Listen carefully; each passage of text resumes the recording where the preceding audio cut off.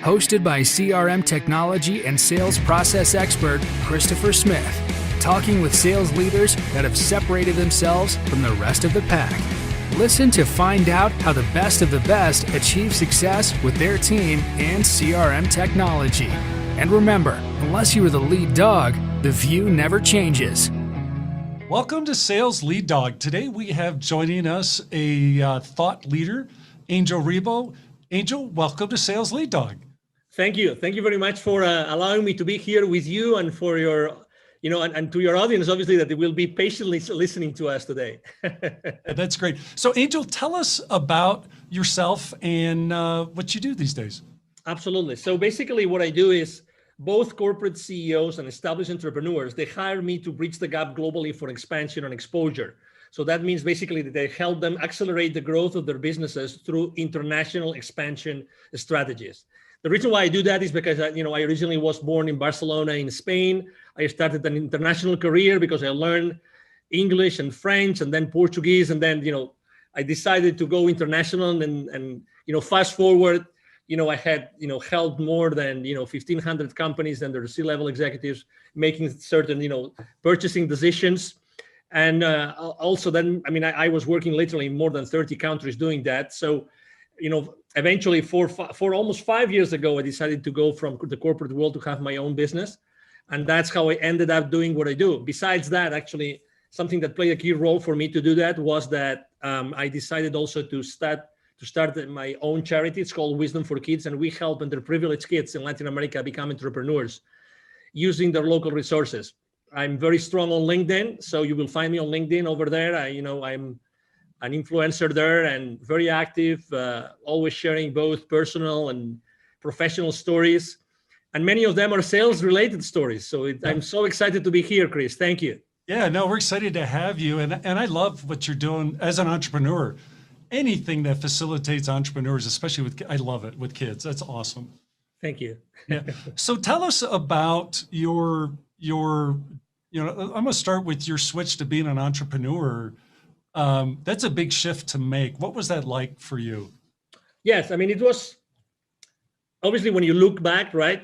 You know that you made so many mistakes, and you would, if you were given another chance, you would definitely do it completely different. You know that feeling? Yeah. Oh yeah. I'm sure you do, right? Yeah, totally. But also I believe that, regardless of where you stand, like from a spiritual or religious perspective, I think that we are only given the battles that we can really fight and succeed on. Yep. Okay, so that wasn't an exception. So there's always something that happens that keeps you afloat, always, no matter what, Yep. Yep. So I decided to leave corporate America after what? Almost like 17, 18 years, starting in Europe and then being here in the US. I'm right now north of Dallas in Texas. And it was, in the beginning, to be honest, the first thing I can tell you I remember is that I really wasn't sure of what I wanted to do. I wasn't sure. I had so many paths, right? Right. Before leaving the corporate world, I had attended several entrepreneurs, online marketeers kind of conferences in order to explore several, avenues, how to become a consultant, how to become a coach, how to launch products online, how to be a good online marketeer. And on top of that, also, I would say that I never really reflected on everything that I had done before. Right. So I was full of doubts with a lot of different possibilities in front of me. And it took to me a while to say, okay, so this is what I'm going to do, and I'm going to do it this way. I'm going to go down that path only. Yep. So that's what I remember. But, definitely, probably the same as you. If I can learn anybody not to make the same mistakes, there I go. Oh, yeah. So what was that like, transitioning where you're selling for other people, now you're selling for yourself? Yeah, so number one is making sure that the imposter syndrome was not affecting me, right? I remember that it wasn't until I literally sat down. And when I was telling you before that I had done business in 33, 34 countries, until that very moment, and that was months and months and months after I had started my own entrepreneurial career, I sat down and I started to write down, okay, so how many companies have I helped in my life? And I tried to cut and paste different spreadsheets from different, places I had worked and done business with. and companies and industries. I put them all together. And then I said, okay, how many countries? Those different companies, where are they based? So I started to make a list of different countries. Okay, and then how did I help them? So I helped them do this, this, this, this, and this. When I took stock of that, experience, it was then when I realized, okay, so I might have something to offer. Yeah. I might have something to sell to the others. So actually, I made the decision. I made the decision of, I'm going to be extremely active on LinkedIn. Okay, so that was my first decision. So I haven't really used networking online before. Right. I was using it like reactively. Now I'm going to be proactive, and I'm going to make LinkedIn the place where I'm going to conduct all my sales. Before, I don't remember selling a single thing. Nothing since the 90s, where I don't remember when LinkedIn was founded, but until 2016, when I decided to set up my own company. Yep. So that was the first thing. So I started to see, okay, so I'm going to do this. How do I create an audience? And then I started to learn how to do business on LinkedIn, how to reach out to people. I made so many mistakes. I mean, crazy things, crazy things. It really, obviously there were people blocking me and you name it, trying to reach out the wrong way and, trying to be artificial, trying not to be me, to be honest, because I was in this, if I had to describe it, in some sort of quicksand, that you know what you do, but you really don't. And then you one step forward and two steps backwards all the time. And then obviously after starting like doing some marketing, and then having the conversations, right? And how am I going to prepare my own proposals, and what are my own proposals going to look like? And I have to say, probably one of the mistakes I made was also that I didn't reach out to the people that could have supported me, people that I could have partnered up with. Oh, what a big mistake, Right. Definitely. That was a big mistake. But, I'm alive. I still have a family. I still have a home. I still have a couple of cars. I still go on holiday and I vacation from time to time. So it's not that bad, Chris. Oh, yeah. Yeah. I think a lot of people are afraid to make that jump, but it's like anything else in life where you're making a big change like that you have to be all in. You have to be committed to it, and you have to be committed to success, which, for being a sales leader, for our listeners, they might not want to be an entrepreneur, but hey, that's like, hey, I want to make that transition into sales leadership, or maybe I want to go for that position at another firm that might be a much bigger role than I have today. What should they take from the lessons you've learned to motivate them to make that leap? Well, number one, whatever the route is that they pick is good. Okay, it's okay. So because we tend to be so hard on ourselves, oh my God. Okay, so whatever the decision you take is going to be the right one for you. Okay, so that's number one. Number two, if you decide to make that leap, that change, then I would say, just as you said, there's a mantra I use with all my clients all the time, which is take imperfect action now. Take imperfect action now. That's my favorite one. Yep. So I would say, there's no perfect path to where you want to go. Right. But the reality is that the sooner you make certain mistakes, the sooner you're going to get there. Oh, yeah. Yeah. So there's in the startup world, there's this concept called the minimum viable product. Yes. Okay. So any startup, when they're going to launch something, they say, okay, so what's the minimum value in the form of a service or a product I'm going to put together so that the market is going to react positively and they will start acquiring my services or my product, right? So this is so much more simple than what you think. You just have to reach out to the people that you already know, or the potential business partners, and go to them and say, hey, I just started. I just got out, the corporate world. I want to do this. Would you be willing just to have a coffee, over coffee conversation and tell me that makes sense? And if you would be willing to tell me your feedback about this, it's as simple as that. Yes. In a week, you can have 5-10 conversations like that, and already know what makes sense and what doesn't make sense, and start having those conversations with potential clients. Again, I was talking about making mistakes on LinkedIn and sending the wrong messages. If you genuinely, even if it's people that you don't know, if you genuinely reach out to people and ask them for help, Yep. I mean, don't explain them your life, okay? Yep. Just, I need your help because I just left the corporate world and I would like to, proof test something that I want to change, to launch to the market. I tell you, maybe it's not going to be a 50%, but there's going to be a 10%, 20% of people that are going to say yes. And they will be able to meet, they will be willing to meet over coffee with you to discuss that. Yep. Yep. I mean, and the ones that have been there, the ones like you and me that we have been there, oh my God, do we want to help other people not to make the same mistakes? Oh yeah. Of course. Yeah. Of It's course so we want. important.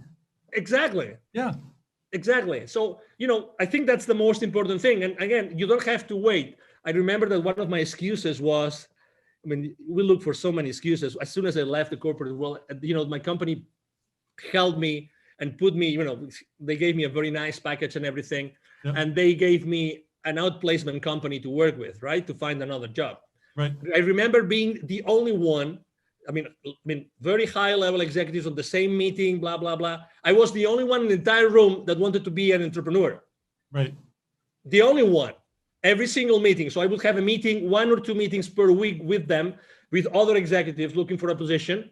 Yep. I was the only one that wanted to be an entrepreneur. The rest wanted to have another job, another gig, or another company, which is good. Again, it's good. It's perfect. And again, there's nothing wrong. But the sooner you start going down that path, yes, the better for you. Yes. Because you need reinforcement, and you need reinforcement, and you need to learn lessons. Nobody will learn their lessons. You need to be yourself in front of the reality that you're going to be, acting on.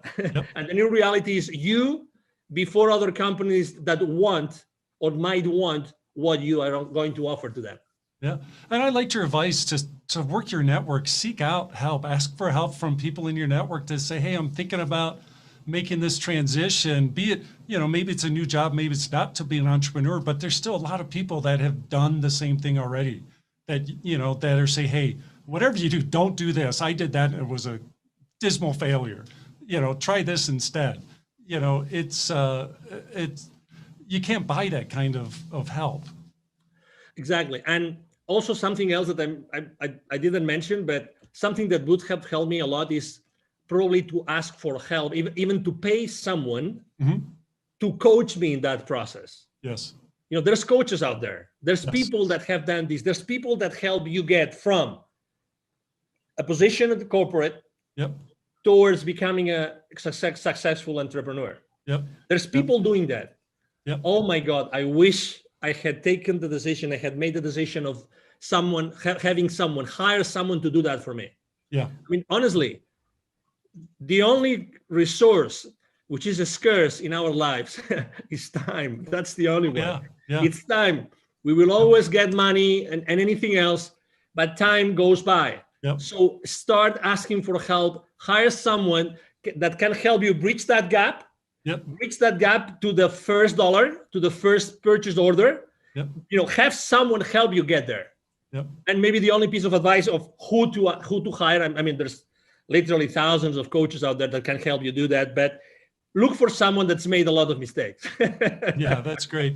So when you're working with your clients, is there a common struggle or pain point that they have that hold them back from success? Yes. It's definitely, they don't feel comfortable selling. They know they have a value proposition. Some of them have a solution and there's a problem that exists. Others have a solution, but maybe the problem doesn't exist or it's not big enough. But it doesn't matter. That's why we are there to talk and we're there to discuss and how to make that value proposition really viable in the market. But still, I think that's the most important thing, to make sure that I help them do something that they're just feeling comfortable. Not everybody feels comfortable asking for the purchase order. And needless to say, not everybody knows how to go to the market, which is another thing, right? That's why I always say it's expansion and exposure. Expansion and exposure. So expansion is developing business, but exposure means what are all those marketing tools, strategies, and tactics that are going to help you to get to that place, to get to these people that might hire you or buy your products. And that's what they have in common. Let me add something to this, if I may, Chris, which is obviously every time we talk right now, when I'm having this conversation with you, I'm attracting a specific kind of person, right? I'm attracting a specific kind of entrepreneur, a specific kind of C-level executive. I don't attract everybody. And that's okay. I know what I'm saying, and I'm being me, and I know that I'm going to attract certain persona or a certain avatar, and that's okay. The world is full of people that need my services, and it's the same with you, and it's the same with you, Chris, and it's the same with everybody that wants to go from corporate to becoming an entrepreneur. We are unique in our lives, we are unique in our experiences, and we are unique in the way that we can deliver that value to our potential clients. That's why we'll never, that's a conversation you've had probably hundreds, if not thousands of times. I remember when I was training my sales force, the new sales reps would come to me and say, hey, okay, so where am I going to find leads? Oh, that's an interesting conversation. So, we would tell them, okay, so this is the source of leads, and I'm sure that your sales VP or your sales manager is going to give you a whole bunch of leads, and then there will always be someone in that sales training, someone raising their hands and saying, and what if I finish my list of leads and nobody has wanted to give me an appointment? I said, okay, that's interesting. I'm gonna do that myself. I'm gonna expose myself with you in front of the rest of the class, right? So if you ever finish all your lists of leads, I commit to you that I will be sitting down with you for an entire day, and we will both look for additional leads or list of leads online or in any other institutions that could provide you with potential clients of your business. Obviously, the message I was trying to convey is it that there are not enough leads or potential clients to you, or is it that maybe the work that you're doing is not good enough? Maybe the questions that you're asking, maybe the phone calls, maybe the places where you're looking, right? The reality is, Chris, that nobody ever came back to me, since the 90s, asking for lists of additional leads. Right. Nobody. So at the end of the day, obviously, we all have to learn somewhere, and we all have to start, with inside sales or whatever, telemarketer, marketing, or whatever that is. What's your craziest sales story from your career? Well, there's plenty, but I have to say the one that I will never forget. So this is the deal, okay? So this is a multinational company. They're all over the world. What they do is they do electric motors.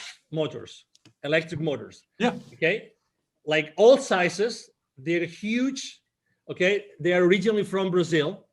Okay, and they were basically opening a huge. No, they had just acquired a new massive manufacturing plant in a specific place in Mexico. Okay, so the headquarters were using a specific technology, right? Which was actually the technology that I was representing. Okay, so I was covering the entire territory at that time, and I said, okay, wonderful. So we're just going to just acquire this company, so it's going to be an easy sale, right? So they just acquired this additional company here in Mexico. In Brazil, the standard technology is our technology, so it's going to be a piece of cake. Right. It's going to be a piece of cake, right? It's, they already know the advantages, blah, blah, blah, everything. All right. To make things worse, I'm originally from Spain. As I said before, I was in Mexico, and I was doing that. That wasn't a direct sale from me. So I was doing that indirectly through one of my business partners. Okay. One of my channel partners, to say it properly. All right. So I said, just go there, do all the groundwork, and then whenever you need me to, for the final stages of the negotiation, I show up. What was even worse was that the CEO and general manager of that company in Mexico, he was also from Spain. So I said, oh my God, we will be able to talk about soccer, and we will be able to have a nice meal together. And we will, so you name it. When you already have this image in your Oh, brain. yeah. It's lining up. Everything's lining up. Exactly. Yeah. What are the chances of this Brazilian company buying a company in Mexico, and the CEO and GM, he's a Spaniard, right? Yeah. Okay, so we start the sales process, blah blah blah, and then I start receiving like symptoms, right? I mean, hey, there's a strong team. They had something like a 35, 40 engineering team, and those were like each one represented X thousands of dollars of that particular proposal, right? Yep. So, but suddenly from, the sales director of that channel partner of mine, hey, there's a strong group which are using a completely different technology. These guys have never used our technology. They use another one, and they're very strong, and they really believe it's much more important, right? So I have to say that unfortunately we took shortcuts. We didn't analyze the decision process properly. We didn't analyze the decision criteria properly. We didn't have enough conversations with the economic buyer, with the CEO, with the GM. So we took so many shortcuts that we ended up losing the deal. Oh my. And it was several hundreds of thousands of dollars. Yeah. Several hundreds of thousands. So I will never forget the name of that company. Obviously, I'm trying to be extremely respectful and don't disclose the name of the company. But I have to tell you something. With the director of sales of that channel partner, we became friends because we were badly defeated. And obviously, all the company knew about that deal. When that deal has so much visibility inside the company that everybody's expecting us to win it. Yeah. So we had to go back and say, we lost it. What? We lost it. Yeah, we lost the deal. Well, to recover that account, it took to us 4 or 5 more years. Wow. 4 or 5 more years to get it back, to have, to perform, enough proofs of concept there, and to make sure that we were doing the right benchmarks of technology against technology, blah, blah, blah. And I guarantee you, we never took any other shortcut. We didn't take any other chances in any other deal. I tell you that. Oh, I bet. Dealing with rejection is a big part of sales, and being a sales leader and modeling that, how you handle rejection. I think it's important for a sales leader to model that for their team. What's your recommendations for sales leaders in terms of how they create the proper perspective in their sales team, especially the younger people that are getting started in sales?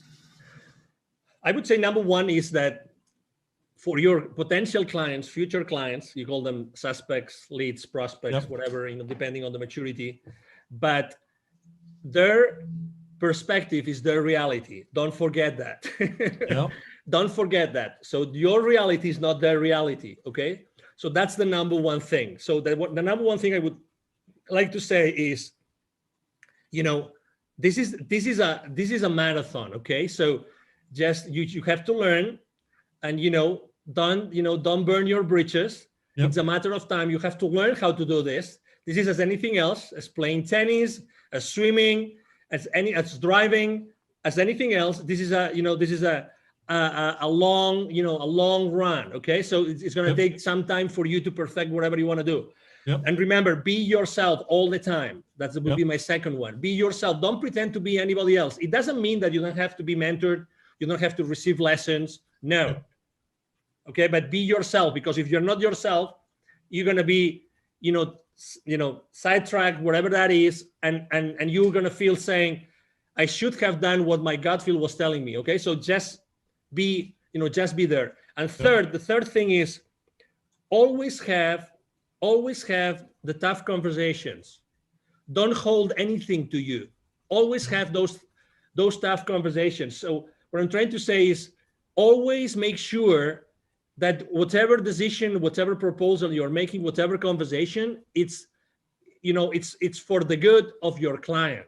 Right. It's for the good of your client. Okay. So genuinely care about what is important for the client. Remember one thing, as I said before, perception is their reality. They want something, but you believe as a salesperson that they need something else. Right. Okay. So it's what they want. It's what they want. So remember, it's their reality. So you have to be there all the time. Okay. So those would be my, most important, pieces of advice. And again, you learn a lot. I mean, I learned from a desk making phone calls. That's how I learned. Yes. Yep. That's how I personally learned. I didn't even, it took to me more than a year to start making, sales appointments with the field reps, but it is what it is. It is, we have to learn, we have to make mistakes. You have to struggle. That's right. Yeah. So let's transfer our discussion here to talk about CRM. When it comes to CRM and your career in sales, did you love it or do you hate it? I loved it. And I loved it because it helped me structure myself and organize myself. The real, can I use a brand, or can I use I'd rather not. We try to stay away from that. And just talk in general terms. We don't want to. So there wasn't one over another.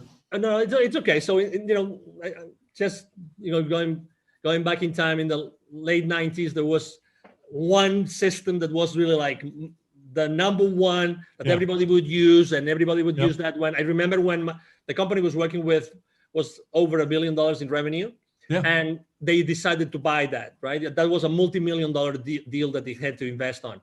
I remember it was like a savior. I mean, I remember even though it was complicated, like lots of fields and things and interactions, it was like, oh my God, great. We have a way like to put all that information and to keep that information in at some place so that it's going to help me have a better possibility to follow up on those deals. Because at the end of the day, following up is everything. When every single industry says that the millions are in the follow-up, you bet. And CRMs really help you be organized. That's for me, that was, I remember my first time ever using that particular CRM. And I've always used different. After that, I use CRMs consistently. Yes, it's the peace of mind that you say. Again, a lot of people see it as a way to control, which I understand and which I agree. You need to control your sales force. You need to have some level of accountability with your sales force. I get that, but it's a help. It's something that's going to help you. It's part of your support system, and you need support systems to excel in sales. Yeah, I think it's a great tool for salespeople because everybody goes into slumps, and when that happens, the sales leader can use the information in CRM to say, hey, look, I see you're doing this here. Have you thought about maybe trying this? But if you don't have that information in CRM, how is the leader be able to coach effectively, because they have no insight as to what they've been doing or what's going on?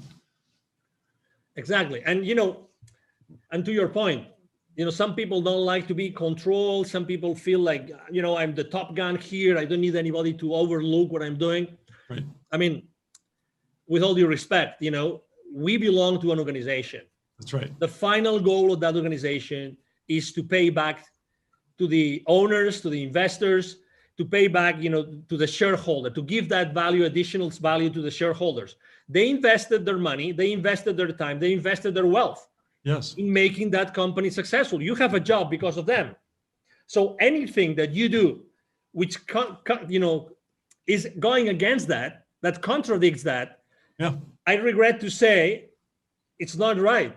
That's right. It's not right. The end goal of any organization is to increase shareholder value no matter what. And you as a salesperson, you have to be aware that every business decision that you make has an impact and a financial implication, has a financial implication in the company and in the profitability of the company. So you're part of that structure. I understand that you like to, sell big and close these big, massive deals and great revenue.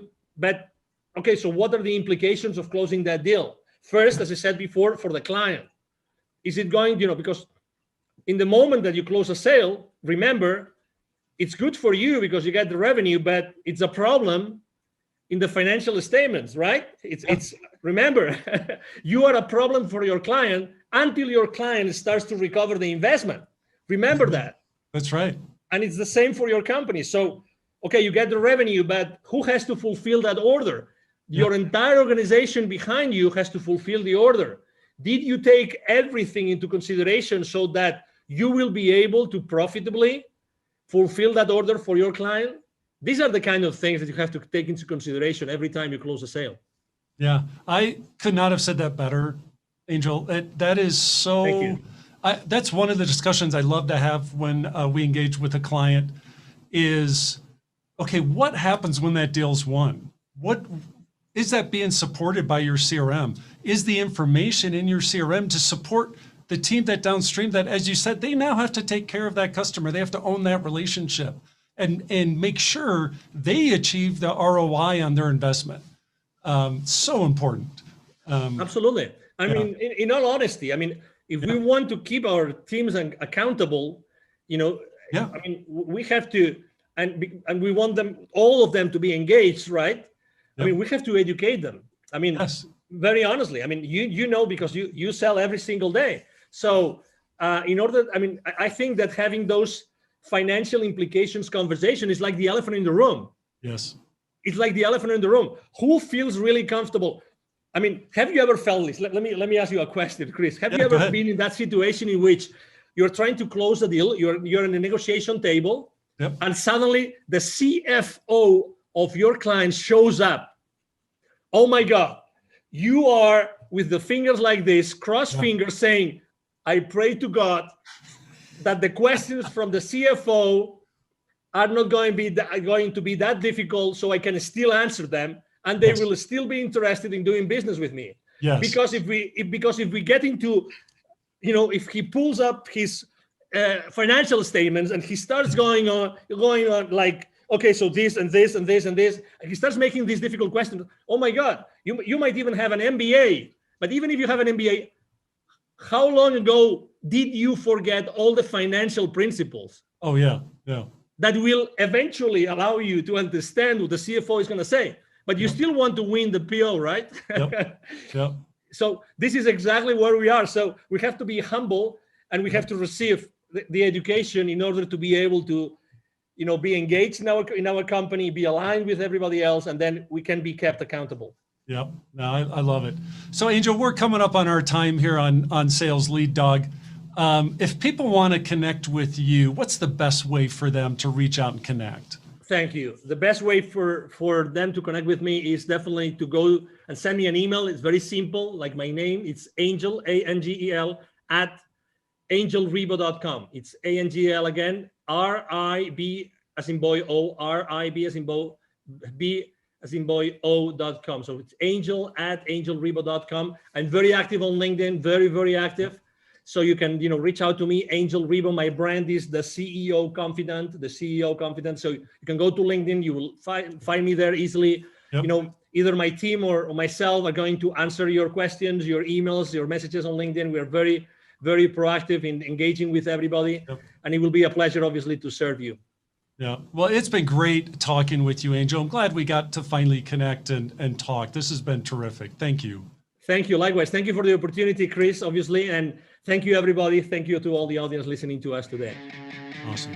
As we end this discussion on Sales Lead Dog, be sure to subscribe to catch all our episodes. On social media, follow us on LinkedIn, Facebook, and Instagram. Watch the videos on YouTube, and you can also find our episodes on our website at impellercrm.com/Sales Lead Dog. Sales Lead Dog is supported by Impeller CRM, delivering objectively better CRM for business, guaranteed.